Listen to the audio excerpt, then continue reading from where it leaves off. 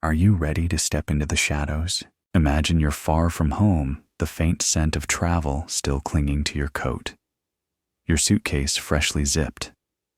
The wheels grind along tiled floors, and in a strange new city, you seek comfort in the bland safety of a hotel, a place of soft beds running water, and the promise of anonymity. The hotel promises rest. But what if rest was the last thing you found there? What if you entered a room and never came out again? Across centuries, hotels have been sanctuaries for travelers and drifters' havens of dreams and secrets built floor by floor upon other people's footprints. Yet behind those uniform doors, among the endless party of suitcase wheels and midnight footsteps, mysteries fester. Have you ever wondered what kind of lives, what stories, what nightmares seep into the wallpaper of a hotel's rooms? Can walls hungry for secrets learn to whisper? What if a room grew so saturated with memories, longing, and loss that it became its own living thing? There are places in the world where the line between history and rumor is thin as old lace. Whispers travel down corridors faster than the wind stories curling beneath locked doors. And then some rooms wage war against time and reason. They defy explanation, nestling into the cracks between dimensions where only the bravest or most ill-fated souls venture. Today, our journey takes us to the heart of Europe, to the city of Marburg, a town cut through by the Lahn River, its hills crowned by an ancient castle that gazes down over narrow cobblestone streets. Within Marburg's tangled alleyways sits the Grand Hotel Obsidian, its stone facade an enduring witness through generations, elegant in a way that hints at faded glory. Its carved wooden doors, intricately Gothic, invite guest after guest to step inside a routine broken only by rumors. Skeleton stains on the past that the management does their best to keep off the brochures, and yet for those who listen, there lingers a nervous tremor attached to a single suite, room 666. Some rooms are just rooms, but sometimes, rarely, chillingly, a room becomes a legend. Hotel Obsidian's infamous room 666 is such a place. Some say the number was assigned as a joke, a smirking nod to the superstitious. Others claim it's a clerical error, a product of accidental duplication. But for many, 666 has always been a number to avoid laden with infernal symbolism since time immemorial. Its mere mention makes people glance over their shoulders, searching for shadows that move on their own. Guests often request other rooms, even when 6666 is available.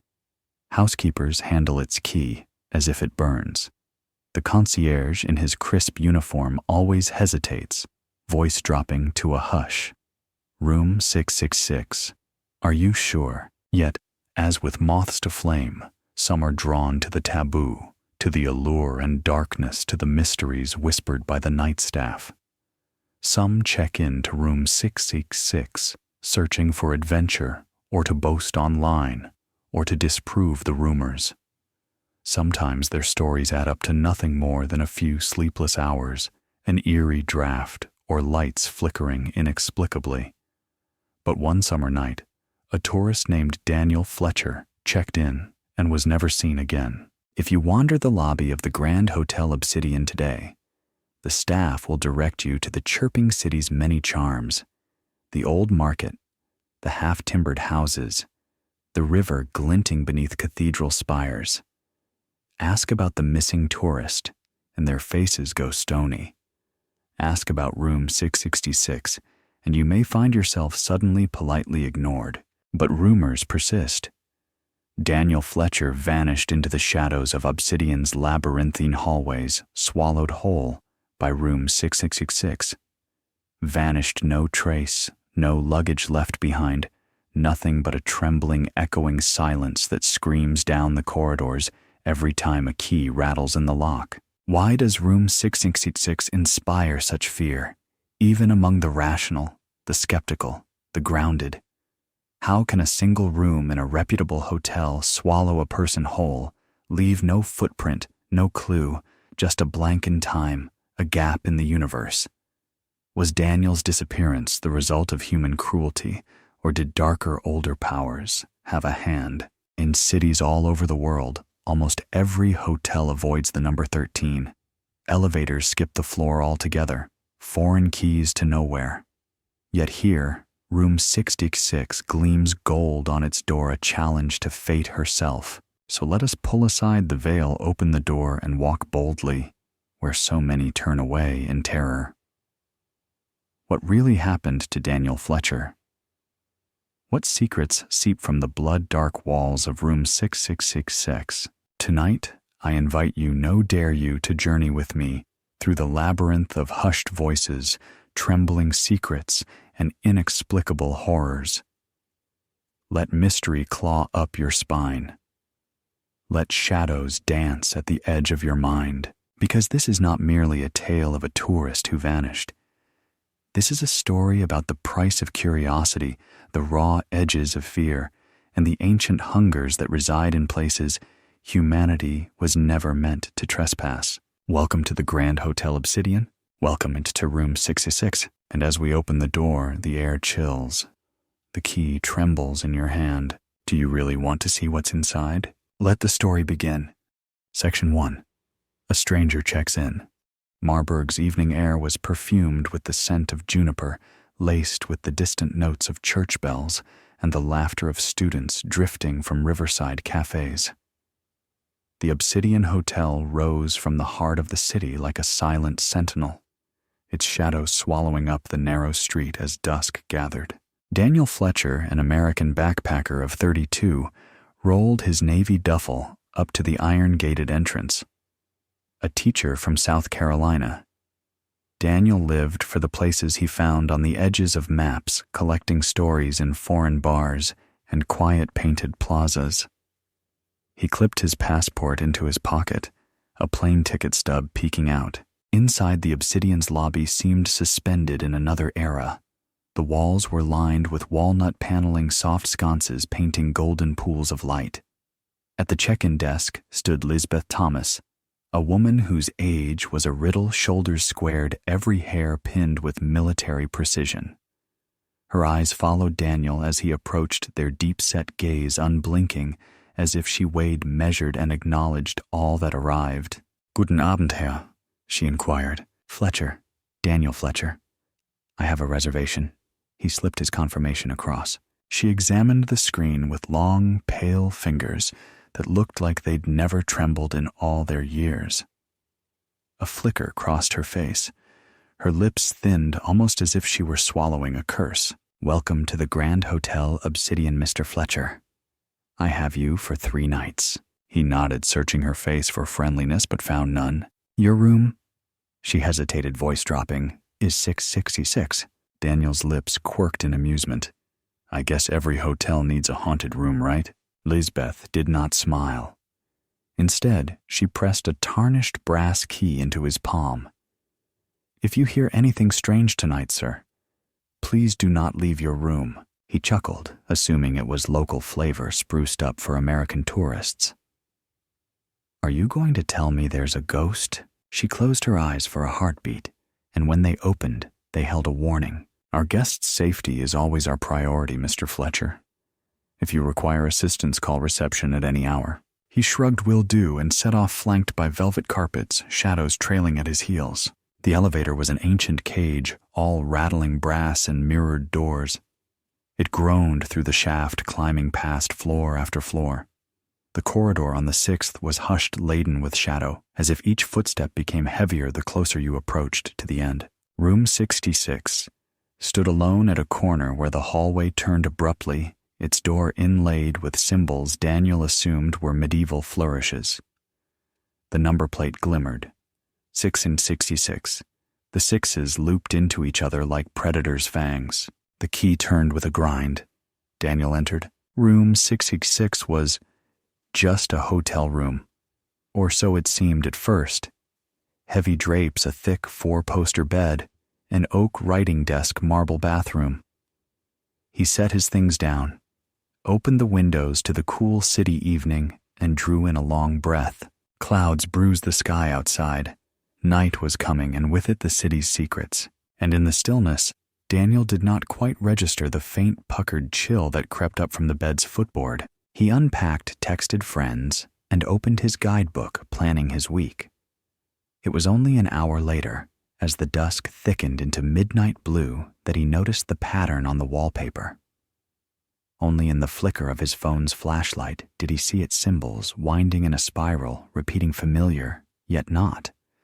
Letters from a long-dead tongue. His fingers traced them absently. As he did, a cold prickling ran beneath his skin as if static ghosts stirred. That night, Daniel dreamed of corridors that stretched further than they should, doors that led only deeper inside, and a distant echoing cry, inaudible yet unmistakably human. He woke, sweating heart in his throat. It was 3:03 a.m., and the room was colder than he could explain. Section 2, Echoes in the Corridors. Morning arrived, bathed in golden light, chasing away the chill. Daniel shook off the residue of strange dreams as he sipped bitter coffee in the hotel's breakfast room. Seated nearby was an elderly man impeccably dressed with a mane of white hair and eyes like cold copper coins. He introduced himself as Dr. Victor Weber, a scholar in local folklore who visited the Obsidian each summer to research forgotten pages of Marburg's history. Room 666. You say Dr. Weber's eyes flickered. You are braver than most, Daniel laughed. I take it you don't believe in all that superstition. There are more things in heaven and earth. The man intoned, swirling his coffee. Sometimes I wonder if places can hunger. If rooms can digest what they are fed. Daniel grinned but noted the crack in Dr. Weber's facade, a hint of old fear. Back in the city, Daniel filled his day with sightseeing Gothic steeples, the riverbank, the grim stone battlements of Marburg Castle. But the further he drifted from the Obsidian, the more muted his sense of adventure became. Something about the night before a gnawing unease clung to him. Returning late, Daniel passed Lisbeth at the desk. How was your sightseeing? She asked, eyes darting. Good, thanks. Say you ever see anything odd in room 66? He tried for lightness. Her lips pressed hard. The hotel is old. Sometimes old buildings remember too much. The air behind Daniel cooled as if all the warmth of the marble lobby was suddenly leached away. He returned to his room, driven by curiosity, heart pumping with adrenaline and fear. The wallpaper's spiral symbols drew him again. This time, in the harsh light of his phone, he noticed that between the symbols, a name recurred, burned into the frieze, Matilda. He scrolled through translation apps, unable to find meaning, only growing frustration. That night, a storm rolled in rain, ricocheting against the window. Daniel, swaddled in the bedsheets, drifted toward sleep's edge. At 2:14 a.m., he awoke with a jolt, a soundless pressure flooding the room air thick, humming with static. His mouth tasted of copper. He listened. In the silence, a scraping, the sound of something dragging across the floor inside the walls. He froze. The sound passed, then doubled back as if seeking. His phone's clock blinked, then reset to 6:66, a time that did not exist. Daniel's breath caught. The scraping ceased. The room was heavy with an ancient dread. He did not sleep again that night. Section 3. The Missing Years. The next morning, Daniel resolved to search for explanations. First, he returned to Dr. Weber. Over coffee, Daniel described the symbols, the strange time on the phone, the feeling of pressure, admitting as little fear as possible. Dr. Weber's hands folded, gaze grave. You saw the name Matilda, he asked. There was a Matilda Chelminsky, a young woman who vanished from this hotel in 1894. Room 666 was her last stop. It said she was a medium, claimed spirits spoke to her through mirrors and walls. Daniel's pulse sped. What happened to her? Weber shrugged. Some say she was driven mad. Others that she vanished, simply fell out of the world. Her family fled the city. There are hushed stories of others, the 1930s composer Chris Bauer, who vanished while composing a symphony in that very room. Then again, a maid in 1951, a businessman in the 1980s. Always, room 666. Daniel tried to laugh. If you believe in ghosts, it must be crowded in there by now. But somewhere inside he was shivering. That afternoon, Daniel went to the city archives rooted through yellowed records. Files from the Obsidian journals of distressed managers, sketches from police, always the patterns missing people last seen, room 666. He scribbled notes, his nervous scrawl looping across worn paper. On his way back, an elderly hotel maid intercepted him in the hall. Her face wrinkled and wary seemed carved from years of secrets. "You're the guest from 6666, she muttered, gripping his sleeve. "You must leave tonight before the bells ring 12. The room, it is not for living men." "What do you mean?" he asked, his voice tentative. But she hurried away, murmuring prayers in old Hessian dialect as she vanished down the stairs. That night, Daniel returned to his room. On the writing desk, he found a scrap of parchment that hadn't been there before, an ornate script crawling over it. "If you would understand this place, seek the mirror. The truth is crooked, but still it shines." He found the room's looking glass propped above the ornate dresser. His breath fogged it as he leaned in. For a moment, the glass showed only his own face, drawn, anxious, pale, before the surface seemed to ripple, a dark stain creeping across. The room behind him shifted, the bed sagged, the wallpaper curled, the air thickened until it choked. And behind his own reflection, a woman stood dressed in black lace, her eyes hollow. Daniel spun. No one was there. But when he turned back, the word Matilda burned backwards across the glass. A paralyzing cold seized him, drilling into the quick of his bones. He retreated, trembling mind racing with images, a sinking bed, whispering walls, blood in the spirals of the wallpaper. He thought about fleeing, packing his things, running down the stairs into the night, but he didn't. Curiosity or pride or some deeper need to know kept him rooted, as if the room itself gripped him, unwilling to let go. Section 4. The ritual unveiled. Minutes became hours. The hours, minutes. Daniel's world shrunk to the size of the room. He read and reread the notes he'd made, the histories he'd found Matilda, the vanished composer, the missing maid. Always the room. Unable to sleep, Daniel scoured the room for further clues, running hands beneath furniture, behind curtains, over every inch of paneling. Under the bed, his knuckles brushed something cool, a false floorboard loosened by time. He prized it up.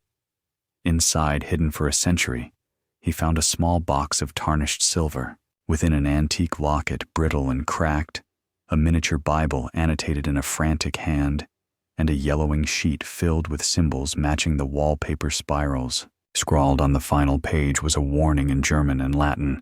Those who cross the threshold must not look backward. To see is to be seen. Matilda calls and the door opens from within.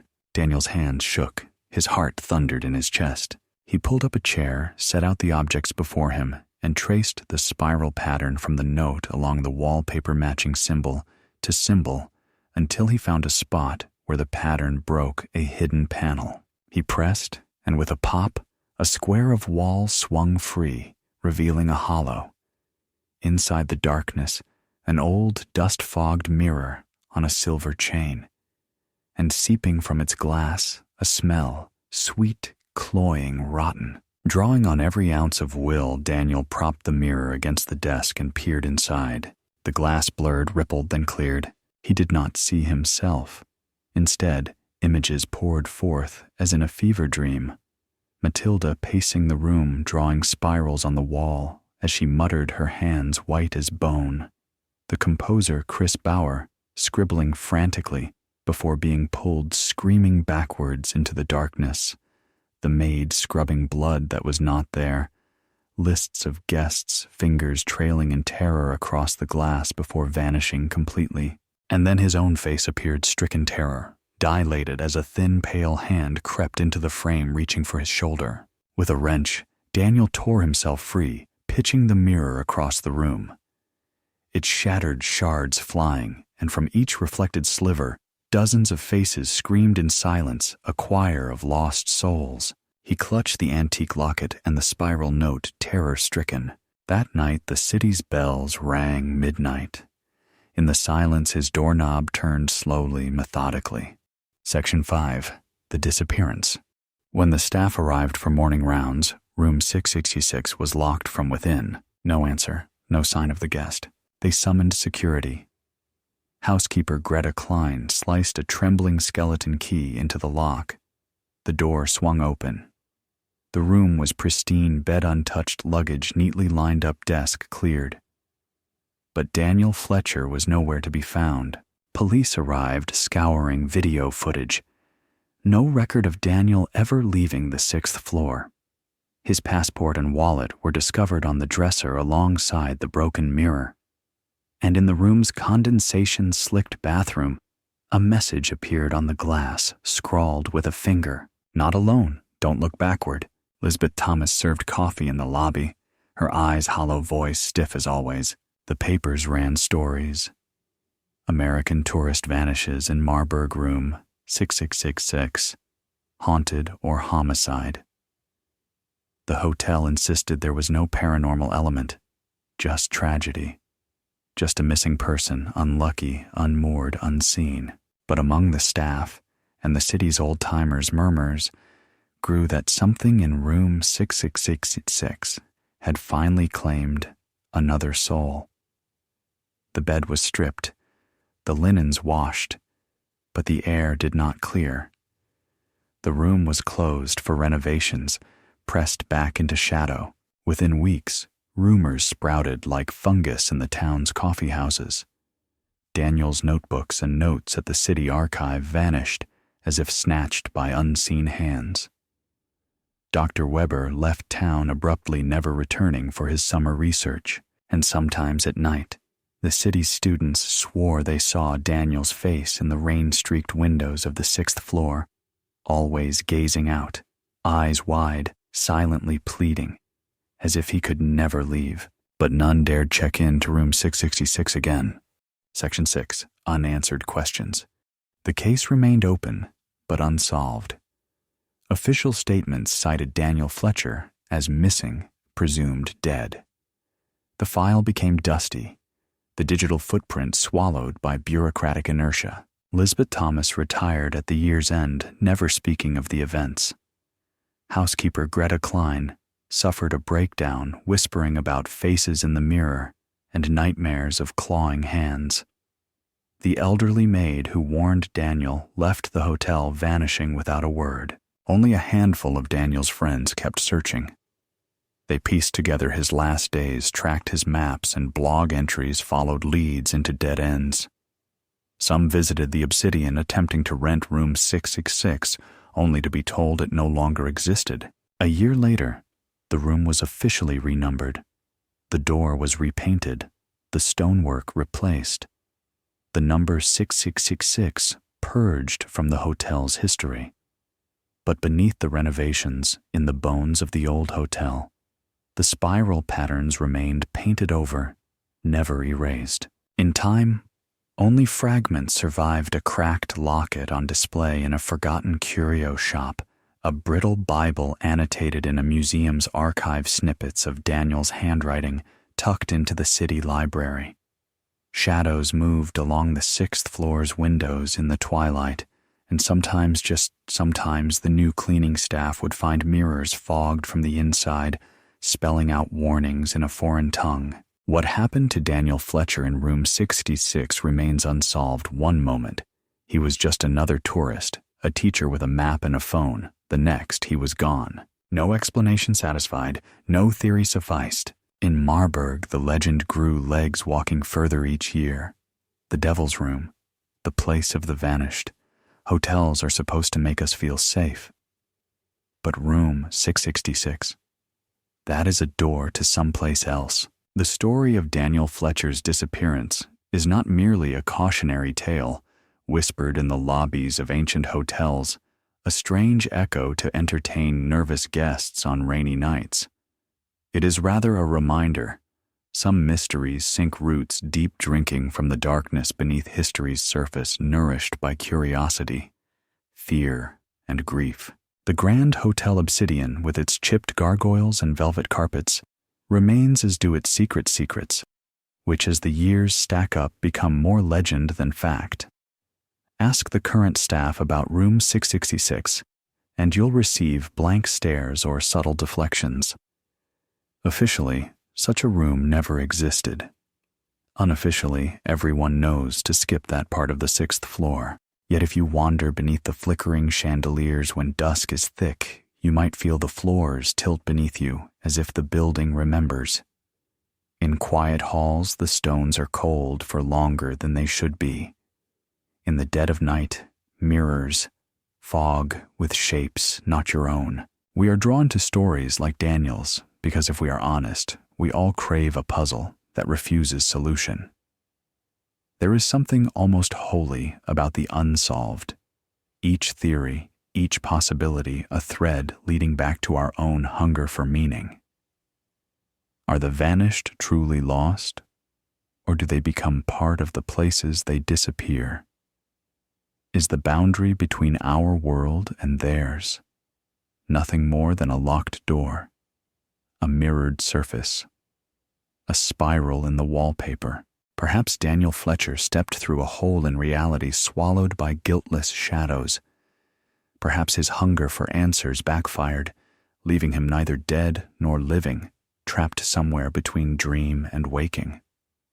Or perhaps, at the last, he simply chose not to look backward and found a door that only opens for those who never turn around. The story leaves behind echoes, the warning pressed into bathroom mirrors, the backward words that breed unease.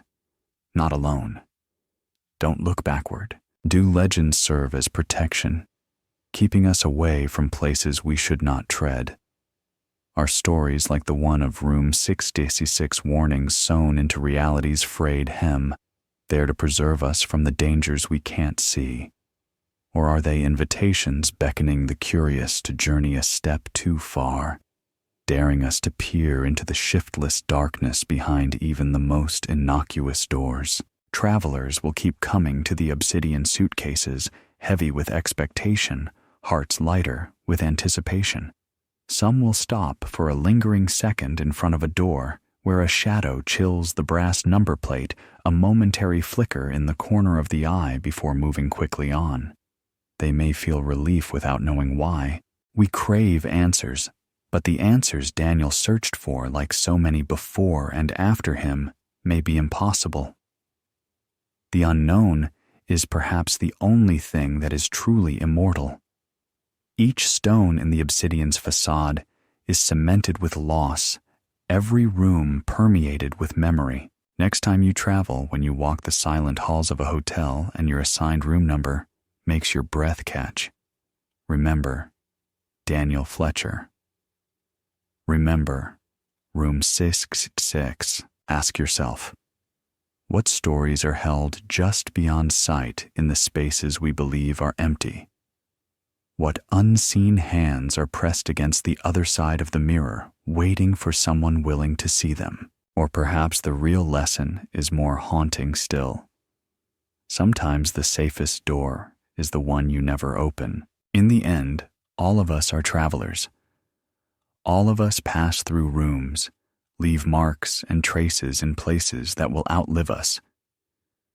Perhaps knowing that is not a comforting thought, but it is a true one. So, as the story of Daniel Fletcher lingers in the shadows of Marburg, as brushes of cold drift over the 6th floor and spirals remain half-glimpsed on forgotten walls, we leave you with the question, what would you do should you ever find yourself assigned to a certain room high up in a city where history outweighs the present? Would you open the door labeled 666? Would you look in the mirror, even if you feared something might look back?